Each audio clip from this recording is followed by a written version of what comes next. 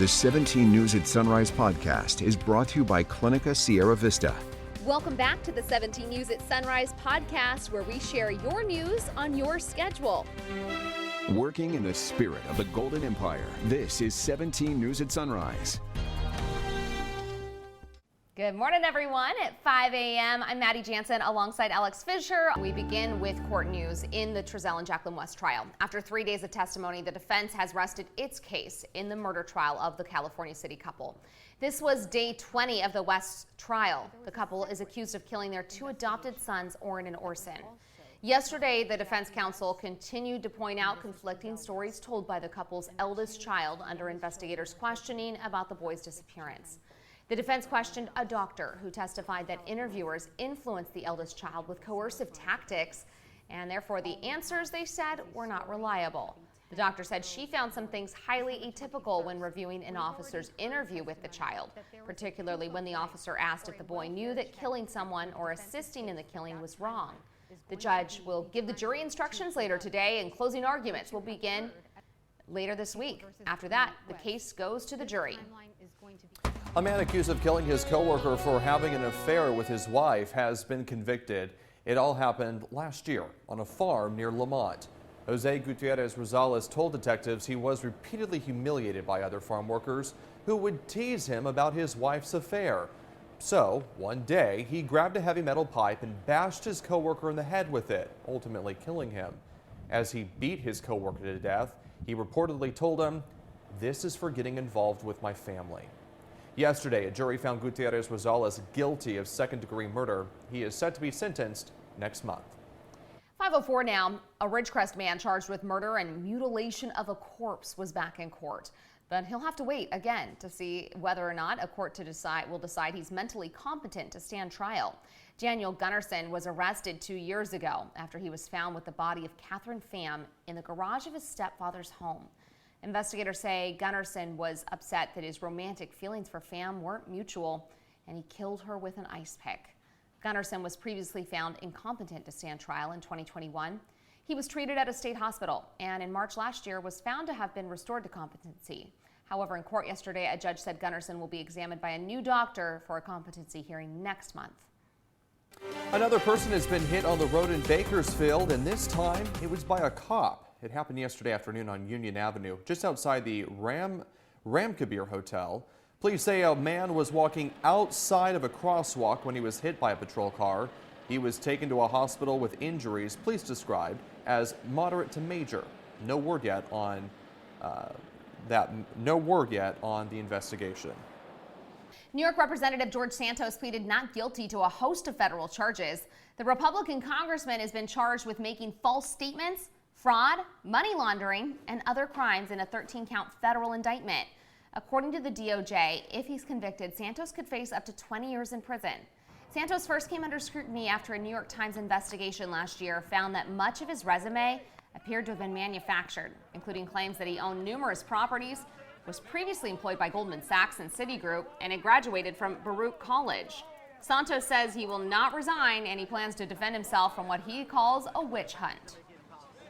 I'm going to fight my battle. I'm going to deliver. I'm going to fight the witch hunt. I'm going to take care of clearing my name, and I look forward to doing that. For me to come out and talk to you guys. Santos was released on $500,000 bail, and he's been ordered to keep his travel limited to New York, Long Island, and Washington, D.C. His next court appearance is set for June 30th. Meantime, House Speaker and Bakersfield Congressman Kevin McCarthy says he'll no longer support Santos's bid for re-election. So you don't plan to support Santos for re-election? That's what I said. But if the ethics committee comes back and says that he broke the law, will you call on him to resign? Yeah. Title 42, the COVID-era restriction that allowed the U.S. to turn away migrants at the border, expires at 8:59 tonight. It is the end that is expected to mark the beginning of a massive surge of migrants crossing the U.S.-Mexico border. NBC's Bree Jackson is in El Paso, Texas this morning with the latest. The day has come when Title 42 comes to an end. The mayor of El Paso, Texas tells me his border city is ready. we've been prepared for the unknown, and we still don't know what the unknown is because we don't know what will be coming. Migrant crossings are expected to surge when the COVID-era policy lifts late Thursday night. In preparation, the Texas National Guard is upping its presence at hotspots along the southern border and deploying a specialized unit trained in riot control. So this team is here to prevent, deter, and if necessary, interdict illegal activities. The Biden administration's plan includes encouraging migrants to apply for legal pathways to enter the U.S. The purpose of what we're doing now is making legal immigration more streamlined. And sending 1,500 additional troops to help Border Patrol process paperwork. Our plan will deliver results, but it will take time for those results to be fully realized. While also warning of tougher consequences for those who cross illegally. Do not risk your life and your life savings only to be removed from the United States. As more migrants make the journey to the border, the U.S. is bracing for chaotic and challenging times ahead. And border officials are urging those who cross illegally to turn themselves in and get processed or face consequences ranging from possible prison time to fines. In El Paso, Bree Jackson, NBC News. Turning to our continuing coverage of the Sierra snowmelt and what to expect as the temperatures rise, the U.S. Army Corps of Engineers expects Isabella Lake to exceed its capacity, causing water to be released from the service spillway for the first time in 40 years. All of this comes as current officials, for the first time in a full and comprehensive way, laying out the county's preparation plan for potential floods from all of that melting snow. Our Maddie Gannon has a report. Army Corps of Engineers Public Affairs Specialist Jeremy Croft says officials are readying themselves for the coming weeks, coordinating with the State Department of Water Resources, Kern River Water Master, and water districts. We have their data, they have our data, and we're communicating every single day.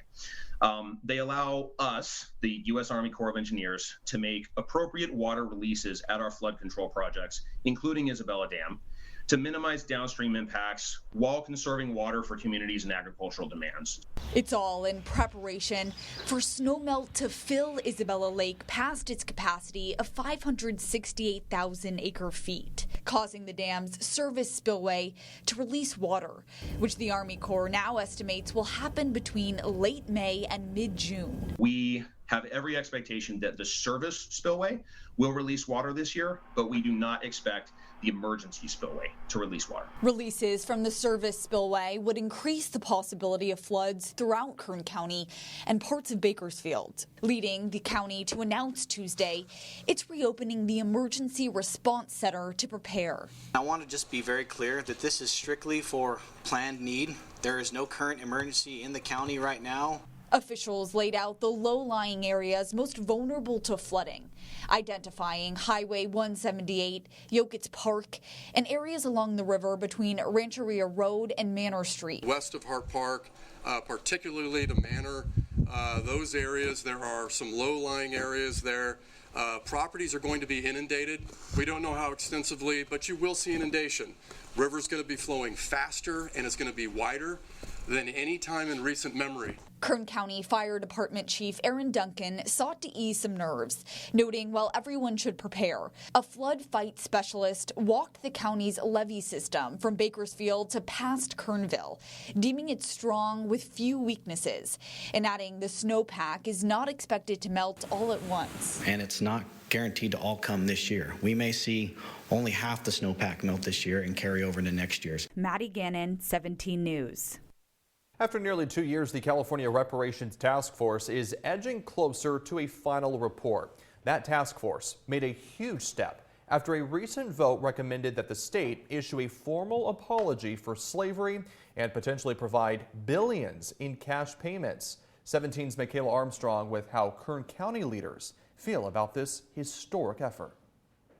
California's Reparation Task Force approved a 500-page document of how the state may compensate and apologize to Black residents for generations of harm caused by enslavement. The panel assesses potential payment based on discriminatory harms in voting, housing, education, and disproportionate policing and incarceration. Harms that Kern County pastor and activist Ralph Anthony says continue to plague Black Californians today. You can't just say that happened in the past and there's no effect today. It is there because the facts speak for itself. However, Pastor Angelo Frazier does not see it the same and says reparations could be divisive. I think this is going to wind up dividing us as a people, as a nation. Because yes, there's racism, but I don't believe the country's racist. Yes, we've had challenges, but we've overcome a lot of those challenges. And so I think money by itself can set us up for failure again. Reparations have been given to other races, but the two pastors disagree on whether it's appropriate now. If you look down on another people because of this or that, or in this case, color, and do things ignorantly that have a negative impact on it, it's going to hurt the country. It hurts families. It begins deterioration. We can turn it around through reparations. I think to blanketly say, just because you are this, we're giving you that, I think does a disservice to any race. For Anthony, this hits close to home after being on the front lines of this fight for decades. And he hopes as the task force edges closer to presenting its final report, it will be approved. I saw what it was back in the 60s when we were talking about it. People were still losing lives, even up to the date of George Floyd or more. And right now, in our systems are problems that still show something was wrong. And there's reasons for that that go back to the days of devaluing one human from another that was in power. Michaela Armstrong, 17 News. The 17 News at Sunrise podcast is a production of KGET and Nexstar Media Group. For more on all of the headlines in today's show, head to kget.com.